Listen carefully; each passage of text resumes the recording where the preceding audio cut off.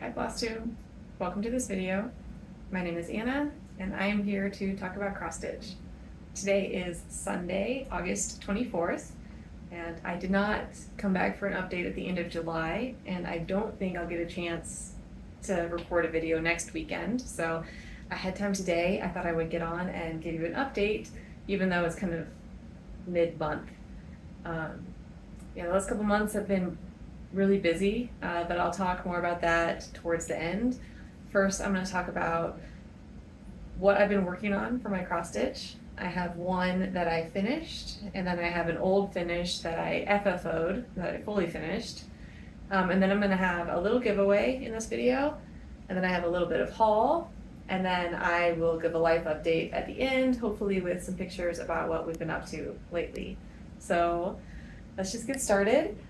For July, I did Christmas in July. I have 4 Christmas projects. I only worked on 3 of them, but I will show you those.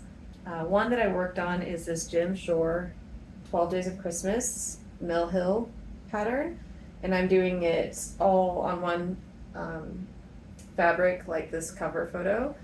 I have already stitched, I've done the stitching, not the beads, for this block.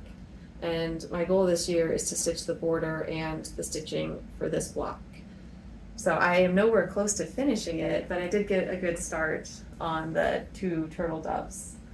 It's still in the Q-snap because I can fit the whole square in the Q-snap and I don't want to take it in and out. So I'll just show it to you as is. Oh, I've also got a string that I didn't finish, a thread. So here it is. There is not a before picture because I have not worked on this block yet. But you can see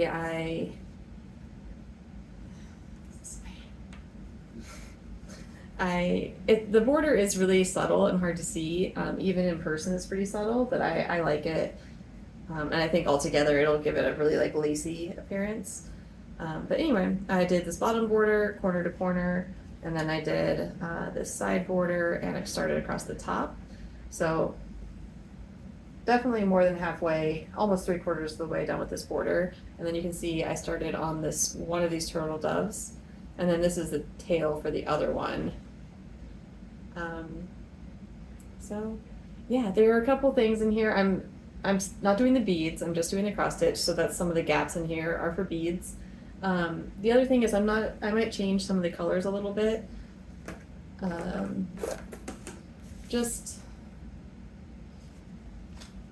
So in this block, these birds have red wings, and red and purple in their tails. And I'm thinking about taking out all the red and just using purple. Actually, it's just red, there's no purple in their tails. That's like a leaf thing down there. It's funny, in the overall picture, I'm taking out a lot of the purple so that it has more traditional Christmas colors, but there's something about that red in the birds that I just don't totally care for, so I might switch it to purple on these birds. The other thing is they have these like rosy cheeks, and I'm not sure how much of that I want in there, so that's why that part's blank. But anyway, I am happy with the progress on this. I will definitely pull it out again closer to Christmas time, but I think one more time stitching is not going to be enough to finish the whole block, so maybe I'll pull it out again just to try to work on it some more. So that's the 12 Days of Christmas. Oh, and I have it's on Belfast 32 count linen in gold raw, so that's what that is. It is sparkly. Okay, I also worked on my lavender and lace project. This is called The Spirit of Christmas. That's what it will look like.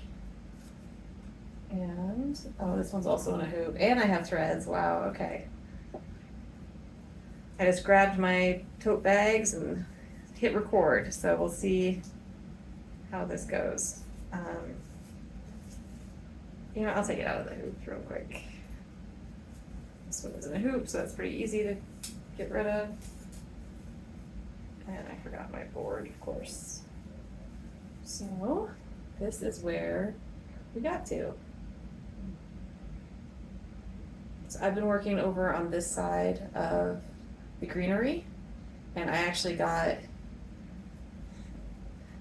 I believe the stitching is done on the greenery down to around here. I have some missing. And then all of the candles need their flames still, but otherwise that greenery is getting there.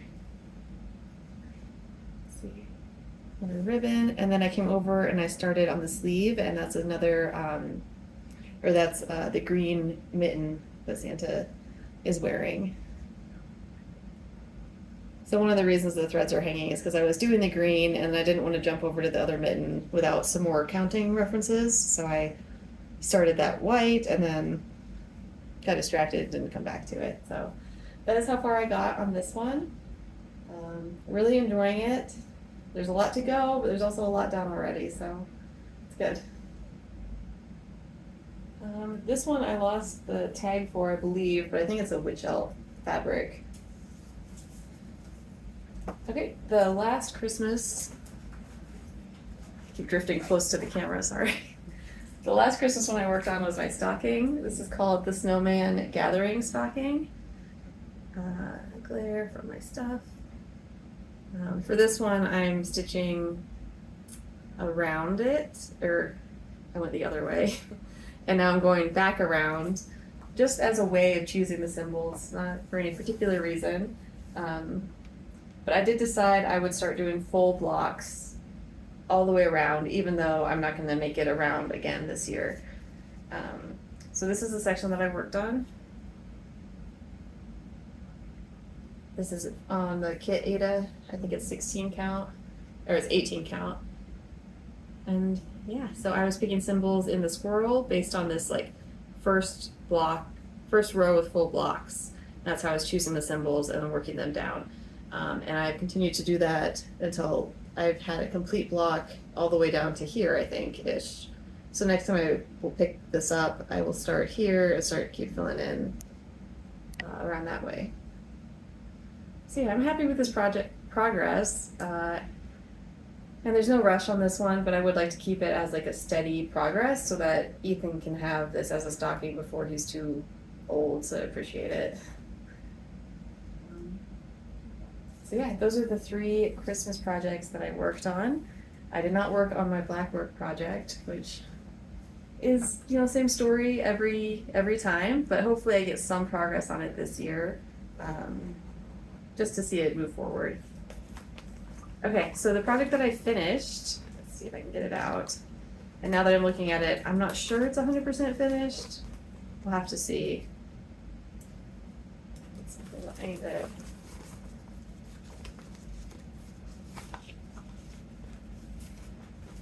Okay, I finished Mill Hill. I think it's called Lucky.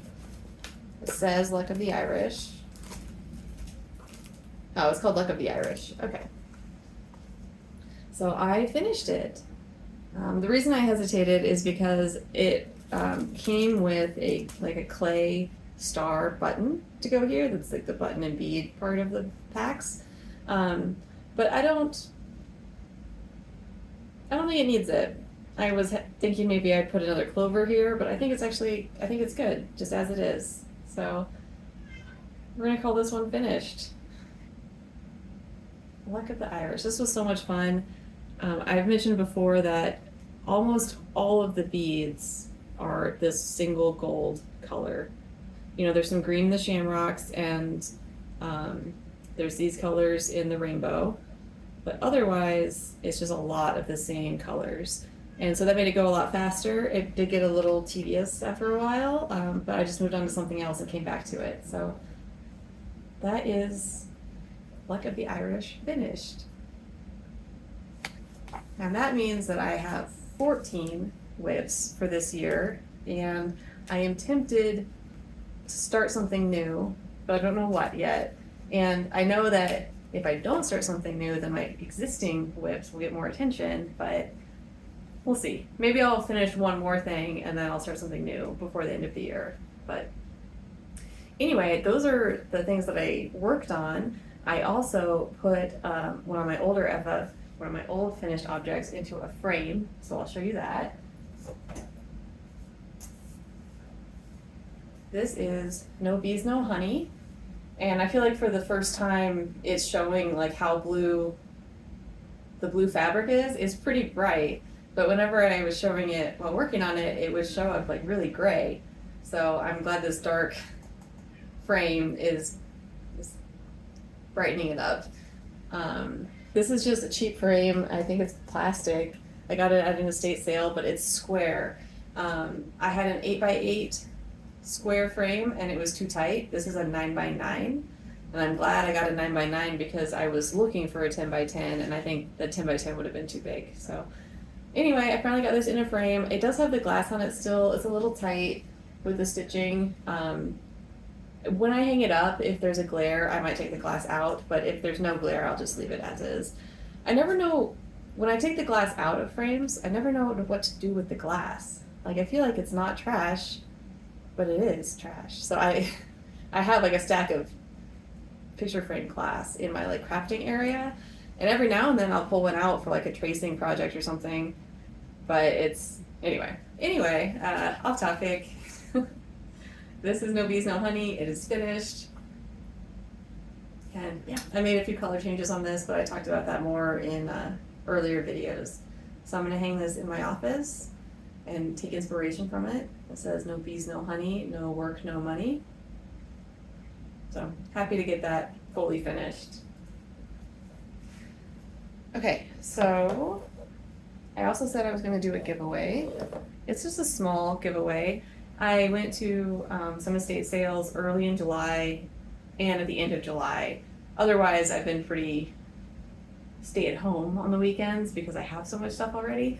But anyway, I picked up some things, and there are a couple patterns in that haul that I wanted to share with all of you.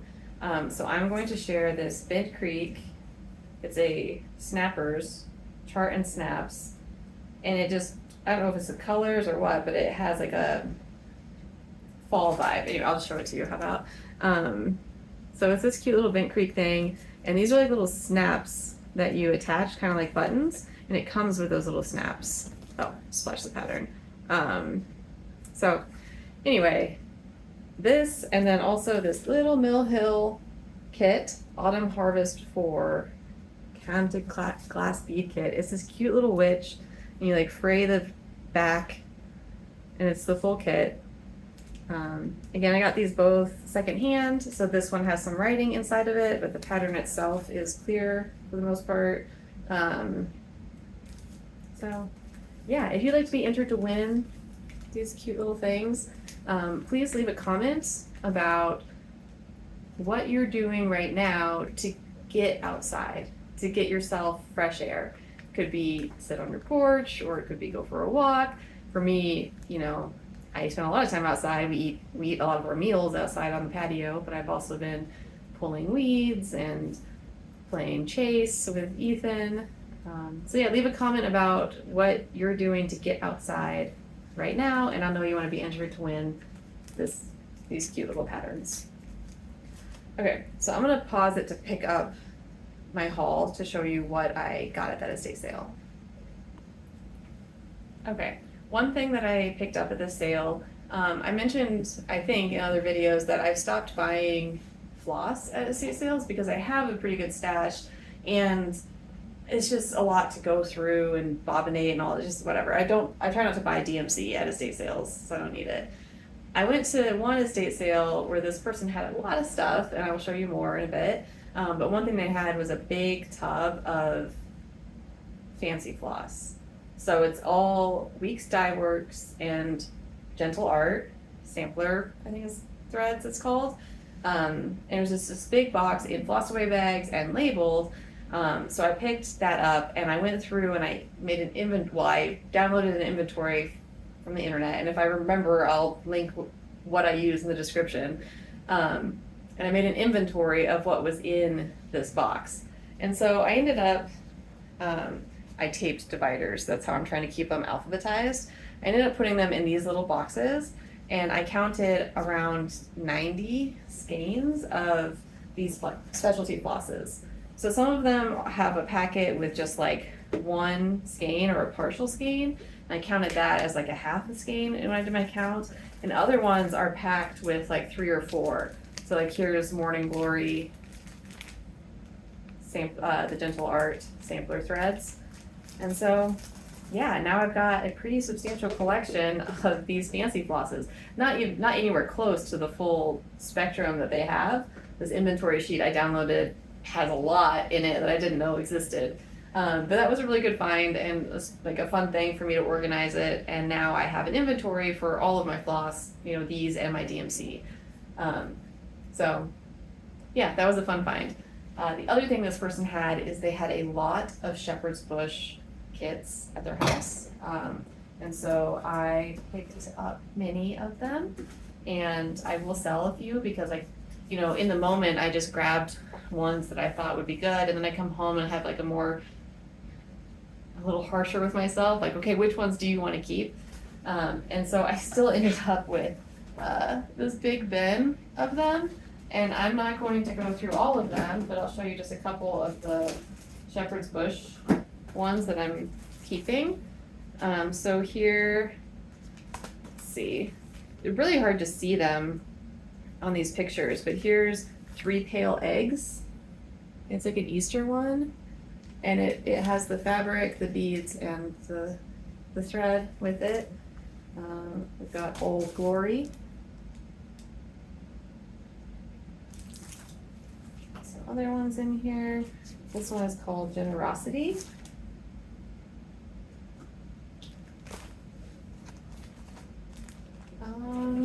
What else can I show you from in here?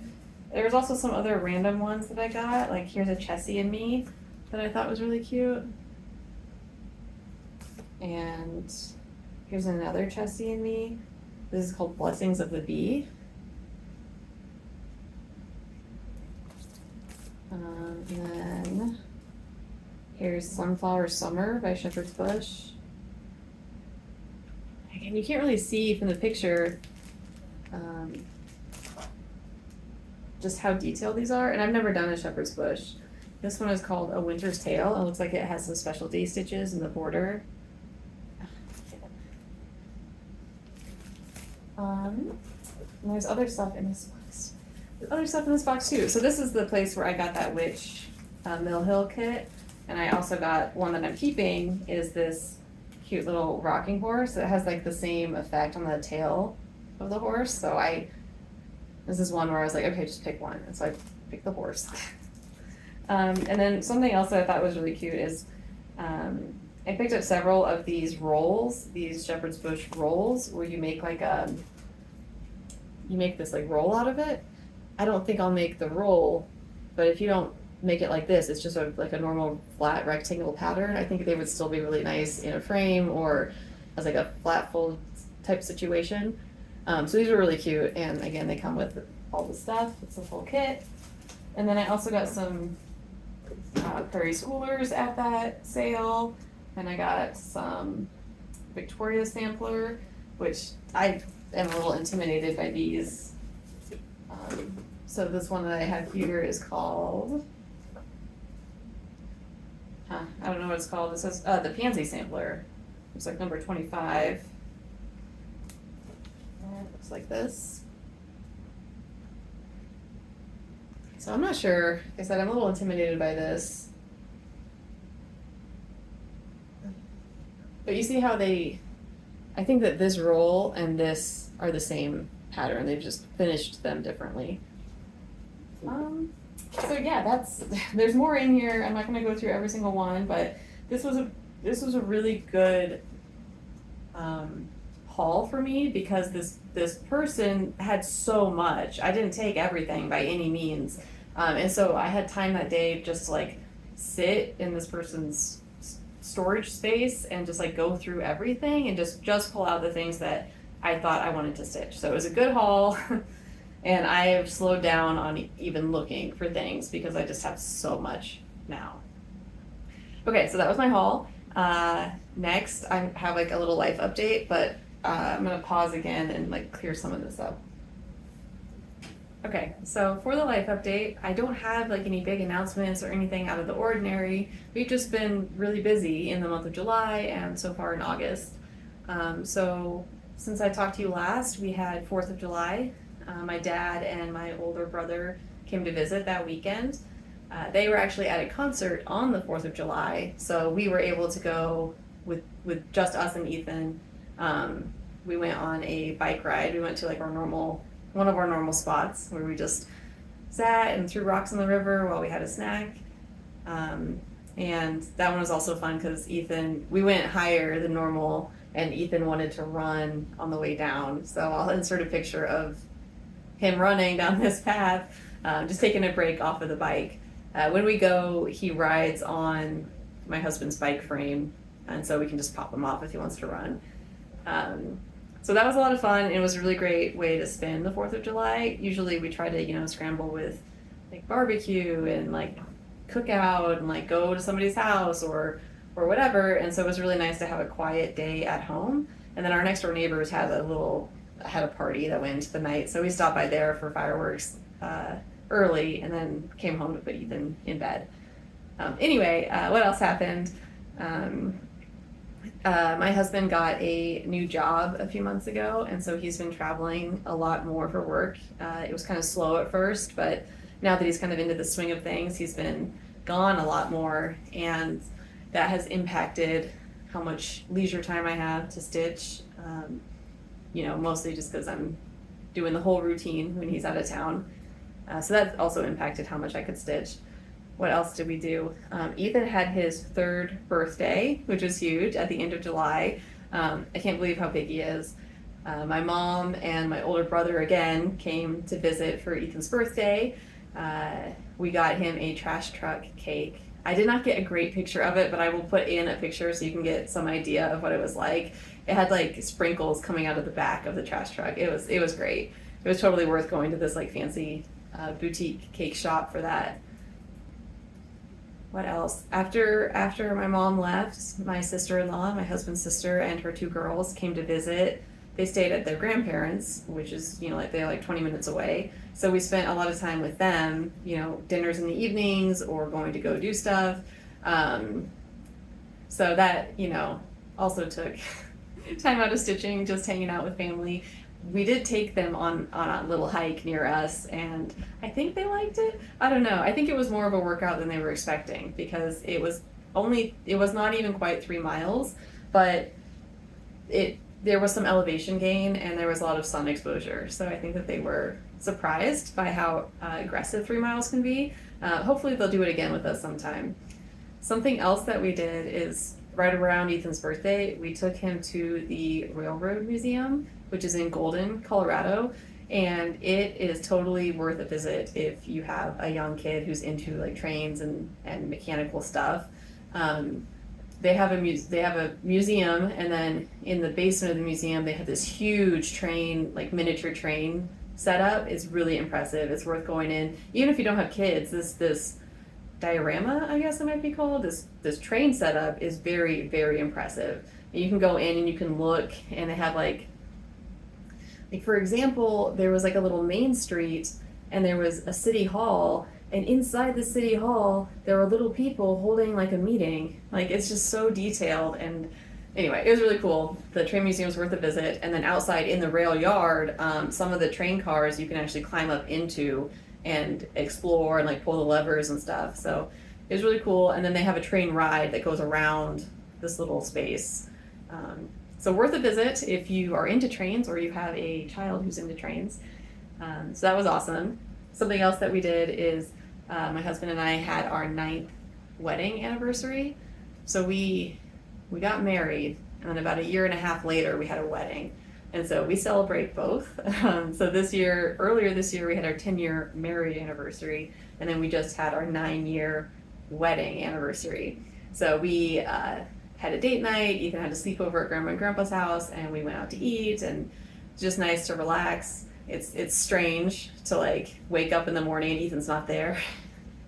But it definitely gives us a break, and it's fun for him and Grandma and Grandpa too to have a sleepover. So that went really well. That's something else that we've been doing lately. And then the big thing that we did is we took Ethan camping. Like I said, he just turned 3, so he was not quite 3 when we took him. And it went really well.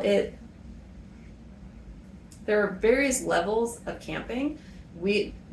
For us, this was car camping in a dispersed camping tent place. Words are hard, okay? I'm trying to explain what it is. So you can park your car near your campsite, but it is not RV camping or car camping. You have to get your stuff and hike over to the designated campsite and have a tent. And so that's the style of camping that we've been doing, that we did with Ethan. And it went well. It is in a wilderness area, so it was a little unnerving to have a toddler just like loose near the campsite while we were trying to make lunch or set up the tent, because he could just wander off into the woods, you know. He didn't. We kept him really close. One of us was always keeping an eye on him, and he is small enough that we can zip him inside the tent. If we need to like prepare lunch or something, we'll just zip him in there with his toys and he can't get out. It's like kind of like a cage, really. Anyway, there were some practical challenges. There were some ups and downs.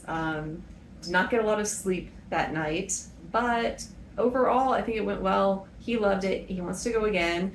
So we are getting ready to go again, and this time we're going to do a 2-nighter, maybe. We can always bail, you know, on the second day if we don't want to stay for a second night, but we're going to go prepared with enough things to stay for 2 nights camping out. So that'll be fun. It's exciting, and it's been a few years since we proactively went on these adventures, so it's nice to get back into like the planning routine and the excitement of picking a spot and doing the research. So yeah, wish us luck for that one. And yeah, I think that's all I have. Hopefully I've been adding pictures while I've been talking, if I have them. And I'm hoping I didn't forget anything. I had a list here of like things that I just like jotted down as they happened, and now I'm looking back like, oh yeah, we did that. So it's neat to see what kind of adventures we get up to in just a couple months. So anyway, I'm done now. I'm gonna try to come back, looking at my calendar over here. So not next weekend, hopefully the end of September. One of those weekends I'll be able to come back and give an update. Hopefully I'll have things to share with you. So anyway, thank you for joining me, and happy stitching. Bye.